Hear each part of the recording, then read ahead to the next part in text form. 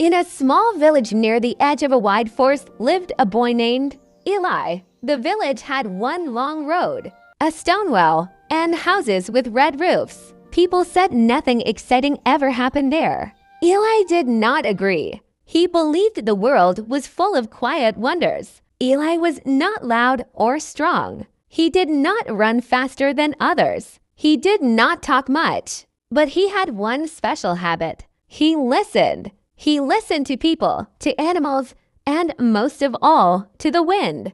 Every morning, Eli walked to the hill behind his house. He sat on a flat rock and closed his eyes. The wind moved through the grass and trees. It whispered and sighed. To most people, it was only noise. To Eli, it felt like a voice trying to speak. One morning, the wind felt different. It was gentle but urgent, like a friend pulling his sleeve. Eli opened his eyes. "I hear you," he said softly, even though no one was there. The wind rushed past him and down the hill, toward the forest. Eli felt a strange pull in his chest. He had never gone deep into the forest. The elders said it was old and confusing. Paths changed. Sounds traveled in odd ways. But Eli stood up. "I will just go a little," he told himself. He packed some bread, a bottle of water, and his small notebook. He used the notebook to draw things he liked: birds, leaves, faces. Then he walked toward the trees. The forest was cool and dark. Sunlight fell in thin lines. Birds jumped from branch to branch. Eli walked slowly. He listened. The wind moved again. It bent the leaves. It seemed to point left. Eli followed. After some time, he saw something strange. A stone tower stood between the trees. It was not tall, but it was old. Ivy covered its sides. The door was open. Eli's heart beat fast. He wanted to turn back, but the wind pushed gently at his back. Inside the tower, the air was still. Dust floated in the light. There was a wooden table, a chair, and many papers on the floor. On the wall hung a cracked mirror. Eli stepped closer to the mirror. He saw his own face. Then the glass shimmered. The reflection changed. He saw the village, but it was empty. The well was dry. The houses were broken. The road was covered in weeds. Eli stepped back. "No," he whispered.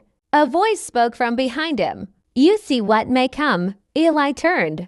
An old woman stood there. Her hair was white like clouds. Her eyes were sharp but kind. "Who are you?"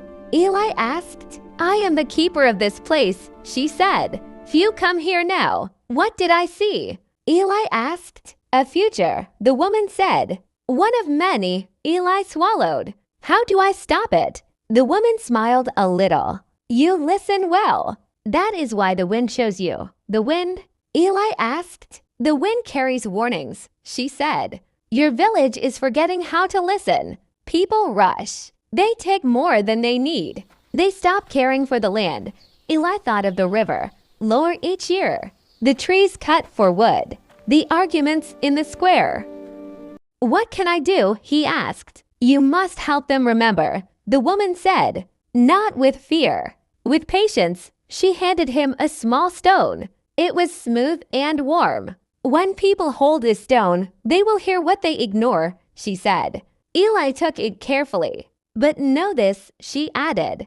"The stone only opens ears. You must open hearts." Eli nodded. When he blinked, the tower was empty.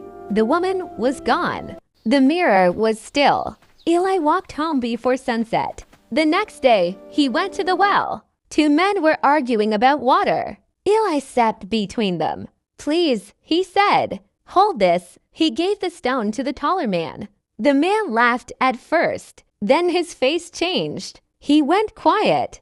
"I hear the well," the man said slowly. "It sounds tired." The other man took the stone. He frowned. "I hear my father," he said. "He told me to protect this place." The men looked at each other. They stopped arguing. They agreed to share the water and fix the well. Word spread. People came to Eli, a farmer, a woodcutter, a teacher. Each held the stone. Each listened. They began to change small things. They planted trees. They cleaned the river. They spoke more kindly. Eli never told them about the tower or the future he saw. He only listened. One evening, Eli returned to the hill. The wind was calm. "Thank you," he said. The wind brushed past him, soft and proud. Years passed. The village grew greener. The well stayed full. Children played by the river again.